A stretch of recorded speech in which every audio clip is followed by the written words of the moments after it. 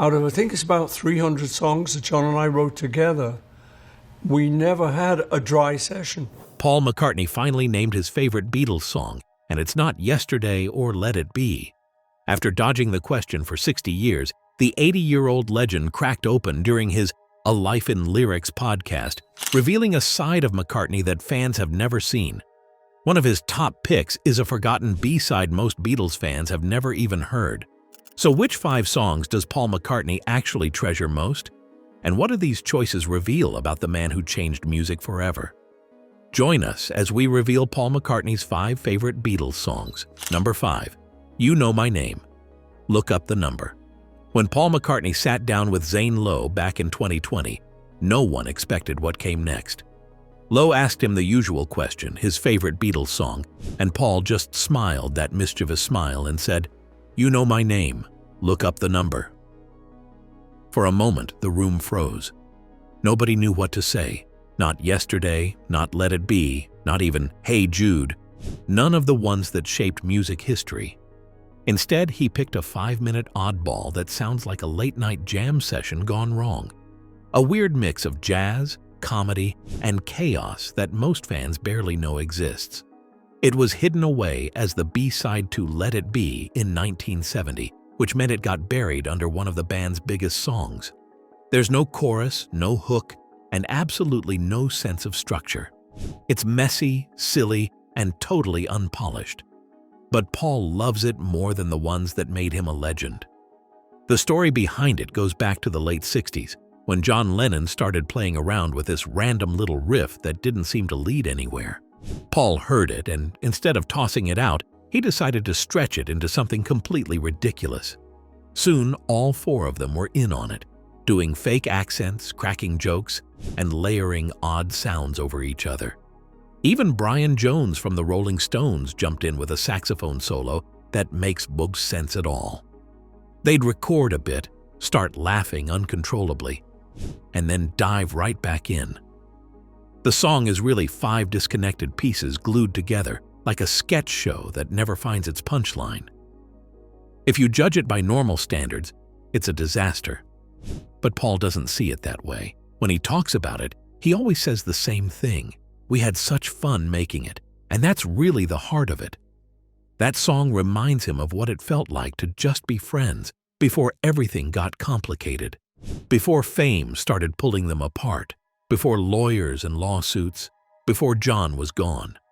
Back then, Abbey Road wasn't a workplace. It was a playground.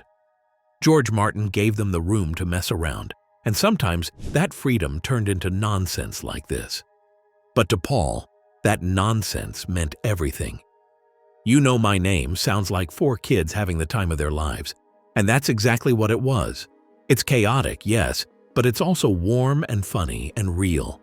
Radio stations didn't play it. Critics didn't care. Fans mostly ignored it. Yet for Paul, it's loaded with emotion because it captures something pure. Those moments when the laughter came easy and the music didn't have to be perfect. When he hears that track now, he doesn't think about notes or charts or history. He hears John laughing in the booth. He sees George trying not to crack up. He remembers a time when being a Beatle meant being part of a brotherhood, not a business. That's what makes it his favorite. It's not about success or art or legacy. It's about memory. It's about joy. For Paul, laughter once defined the Beatles, but his next choice showed the other side of that coin, the quiet ache that laughter can't reach. Number 4. Eleanor Rigby. When Paul McCartney was a kid walking around Liverpool, he noticed things most people didn't. He'd see old women sitting alone behind windows, watching the world move on without them. No visitors, no noise, just stillness. He said later that he always felt sorry for them, and that feeling stayed with him for years. It eventually turned into a song that broke every rule the Beatles had ever followed. There were no guitars, drums, and it certainly wasn't a love story, just Paul's voice and a small string ensemble, telling the story of 2 people nobody cared to remember. There's Father Mackenzie, wiping dirt from his hands after a funeral nobody attended. And Eleanor Rigby, buried along with her own name, forgotten as if she'd never existed. The song quietly asks a question everyone tries to avoid. Who remembers us when we're gone? When Paul first wrote it, he called her Miss Daisy Hawkins. Then he changed it to Eleanor Rigby. The priest was originally Father McCartney, but he swapped it out for Mackenzie. The names shifted, but the feeling, loneliness, never did. Here was a 23-year-old pop star in 1966 writing about death and isolation while everyone else sang about teenage love. George Martin, their producer, heard the demo and made a bold move. He told Paul to strip it back completely, no distractions. Just let the emptiness speak. The result sounded less like pop music and more like a film score for a story about forgotten people. When Revolver came out, Eleanor Rigby stopped listeners in their tracks. It didn't entertain. It was confrontational. Universities still study it now, breaking down the lyrics like poetry, because Paul proved something important. That pop could hold meaning. That sadness could be beautiful too. For McCartney, the pride doesn't come from fame or the hundreds of covers that followed. It comes from what the song represents, seeing people who usually go unseen. Everyone has a bit of Eleanor Rigby in them, he once said. That fear of being left behind, of disappearing without anyone noticing. The strings carry that feeling. Bernard Ebbingworth on violin, John Underwood on viola, and the rest of the small ensemble recorded inside Abbey Road Studio 2. They built layers until it almost felt suffocating. Those strings don't comfort you, they close in around you. Paul had written the melody on Jane Asher's piano, the chords ringing like church bells on a rainy afternoon. Funeral music, really. John helped shape a few lyrics. George added thoughts here and there. Ringo didn't play at all. There was nothing for drums to add. The song needed silence more than rhythm. It opens with that sharp string line and falls straight into Paul's voice, describing Eleanor picking up rice from the church floor after a wedding, cleaning up someone else's happiness. She lives in the corners of other people's joy. Then she dies, alone, and the priest buries her in an empty ceremony. All the lonely people. Where do they all come from? Where do they all belong? The song never answers. It just lets the question hang in the air. Eleanor Rigby doesn't try to make you feel better. It just looks at loneliness for what it is.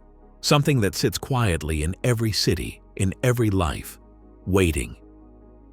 From the loneliness of empty churches to the streets of America burning for change, Paul's next favorite proves how deeply he listened to the world around him. Number 3. Blackbird. When people hear blackbird, they usually picture nature, birds, trees, maybe sunlight on a quiet morning. But that's not what it's really about. The Beatles were in India at the time, learning meditation, while America was tearing itself apart. Civil rights protests filled the streets, cities were on fire, and television screens showed scenes of brutality that were hard to believe. Black students trying to walk into schools, stopped by angry white crowds. Paul McCartney saw one of those moments on the news, a young black woman standing her ground, and something inside him stirred. He picked up his guitar and wrote a message for her, though he disguised it as a simple folk song. Years later, he said he imagined her living through that pain, trying to stay strong. I wanted to say, you can fly, you can rise. You were only waiting for this moment to be free. The blackbird was never just a bird. It was a symbol.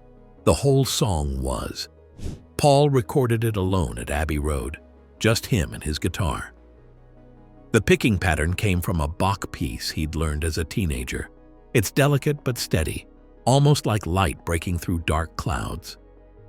3 minutes of quiet strength, a soft promise that freedom was coming, that the night wouldn't last forever. White radio stations played it, thinking it was just pretty. Black listeners understood right away. In 1968, Paul couldn't say what he meant out loud without risking backlash or bans, so he spoke in code. The song was his way of saying, I see you. I know what you're going through. Don't give up. Recording it solo wasn't an accident. It needed to sound personal, almost like he was whispering directly to someone. The finger-picking sounds effortless, but it isn't. It's built on classical technique, the kind that forces your thumb to keep a rhythm while your fingers dance around the melody. Paul practiced it until it flowed naturally, like breathing. His voice stays calm throughout, no heavy drama, just honesty. You can feel him reaching out through the words, reminding you that broken wings still fly. The metaphor kept the message safe. Take these broken wings and learn to fly wasn't about birds. It was about resilience, about people who'd been beaten down but refused to stay there. You were only waiting for this moment to arise carried the same idea. The waiting might take years, but freedom will come. Paul recorded it on June 11, 1968. 32 takes, no overdubs. The simplicity made it stronger. When the White Album came out later that year, most critics called it a gentle acoustic track. They missed the truth hiding inside it. But the people it was written for didn't. Years later, performing in the American South, fans came up to Paul with tears in their eyes. They told him how Blackbird gave them hope when hope felt dangerous. They'd hear it on the radio and feel seen, even from across the ocean. That song traveled further than he ever imagined. It became comfort. Now, whenever he performs it, he tells the audience, this was written for the civil rights movement, for anyone fighting for freedom. The applause that follows says it all, because Blackbird still matters. It reminds people that music can lift spirits, even in the darkest times. And for Paul, that's why it will always be one of his most meaningful songs. After writing for those fighting to be free, Paul turned his heart to someone much closer, a child trapped in the wreckage of a broken family. Number 2. Hey Jude. Paul gets in his car one afternoon, thinking about a little boy whose whole world has just fallen apart. John Lennon's marriage is in pieces, and his young son, Julian, is caught in the middle, confused, scared, watching his family crumble right in front of him. Somewhere on that quiet drive, a melody drifts into Paul's head, like it's been waiting for him. Words follow almost instantly. Hey Jules, don't make it bad. Take a sad song and make it better. He's writing a message for a child who can't understand why his dad is leaving. Later on, he changes Jules to Jude because it fits better in the song, but the heart of it stays the same. It's a lullaby for a boy who's hurting, a small hand reaching out through the noise. Paul had grown close to Julian. He used to stop by, play guitar with him, take him out for little adventures. When John became wrapped up in his relationship with Yoko, Paul quietly filled the empty space. He didn't have to, but he did. So when the fighting started and the divorce got ugly, Paul thought about the kid. What could he possibly say to make it easier? The song's message was simple. Don't make your pain heavier by holding on to it. Let it move through you. Let love in. Start again. Life's waiting for you.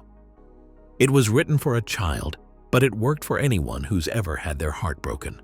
When Paul first played it for John, Lennon assumed it was secretly about him leaving the band, a coded goodbye. Paul told him no, it was for Julian. Still, maybe John was half right. Maybe it really was for anyone who needed to hear that things could get better. Recording Hey Jude in July of 1968 was like capturing lightning. It ran over 7 minutes long, which was unheard of for a single back then. Everyone said it would never get radio play. Too long, too slow, too repetitive. But Paul didn't care. He wanted to make something huge, something that built and built until it felt like hope itself was breaking through the speakers. George Martin arranged a full orchestra, 36 pieces. The song starts small, just piano and voice, then slowly grows, each new layer adding emotion. By the end, it's this massive swell of sound, and when that long Nanena coda begins, it's like the world exhales. When the single dropped in August, it exploded. Radio stations that had doubted it couldn't stop playing it. People sang along in cars, in bars, in their kitchens. Hey Jude became the Beatles' biggest-selling single. But the real success wasn't in the charts. It was in those moments when tens of thousands of people raised their voices together, singing the same words, feeling the same hope. He'd written about hope, heartbreak, and healing. But Paul's number one choice wasn't about the world at all. It was about something smaller, softer, and far more personal. Number 1. here, there, and everywhere. For most of his life, Paul McCartney dodged the question. People would ask him which Beatles song was his favorite, and he'd smile, maybe joke that it was like picking a favorite child, then move on. 60 years went by like that. Then, in 2024, on his podcast A Life in Lyrics, the question came up again. And this time, at 80 years old, he finally gave a real answer. "If I had to pick one," he said, "it might be here, there, and everywhere."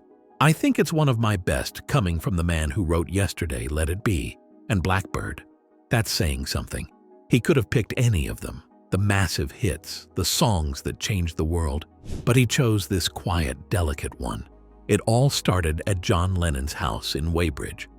Paul showed up early one morning for one of their writing sessions. John was still asleep upstairs. Cynthia offered him a coffee, and the place was calm, sun spilling over the garden. Paul sat by the pool with his guitar, just playing around with chords, no plan, no pressure. And then, almost without him realizing it, the whole thing arrived. Melody, lyrics, everything. Within an hour, here, there, and everywhere existed exactly as we know it now. There wasn't any big struggle, no rewriting, no arguments. It just came.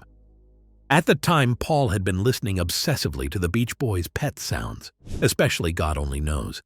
That song hit him deeply. The way Brian Wilson wrote about love, with no irony, just honesty, stayed with him. Paul wanted to write something that pure, that light. A love song that didn't weigh anything, that floated. He pulled it off completely. The song sounds simple, but it isn't. It begins in one key and slips through unexpected changes that make it feel like it's drifting through air. Each shift feels natural but surprising, like falling slowly and softly. Every choice serves the emotion instead of showing off the technique. Paul even borrowed a little inspiration from Fred Astaire's Cheek to Cheek. The song starts almost as a separate piece.